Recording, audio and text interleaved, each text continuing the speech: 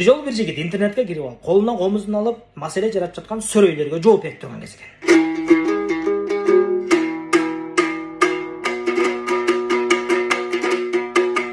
Алымдарга асылган көрдүк далай сөрөйдү, накошолордун өздөрүнүн адепсиз кылып жоруктарынан ой жүгүртүп көрөйлү.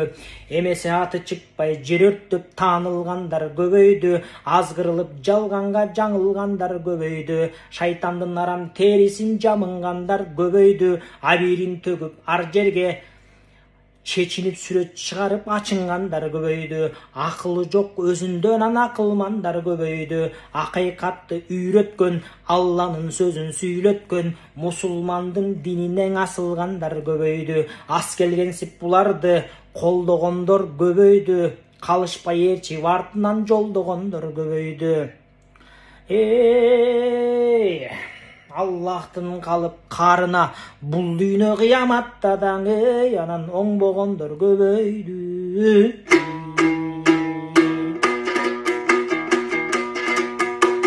Жин тийген айбан адамдар төлдө эле баратат, бөйрөктөн шыйрак чыгарып, жумурткадан кыр издеп маселени жаратат. Жөн жаткан элди дүрбөтүп өздөрүнө каратат, хайп менен баштың айлантып, араң турган жаштарга анан бузукуну таратат.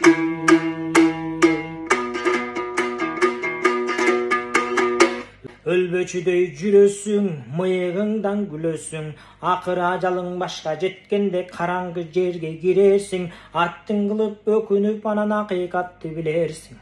Азапка толгон тозокту ошондо өз көзүң менен көрөрсүң, өкүнүп кылган ишиңе өзүңдүн өзүң сөгөрсүң, ал жерден эч ким чыга албайт, түбөлүктүү жашоодон анан армандуу болуп өтөрсүң.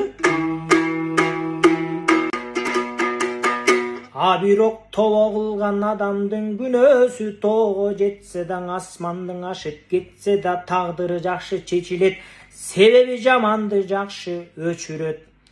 Ырайымдуу Аллахка дуа кылсаң жакшылап, кечүрүмдүү Аллахым албетте сени кечирет.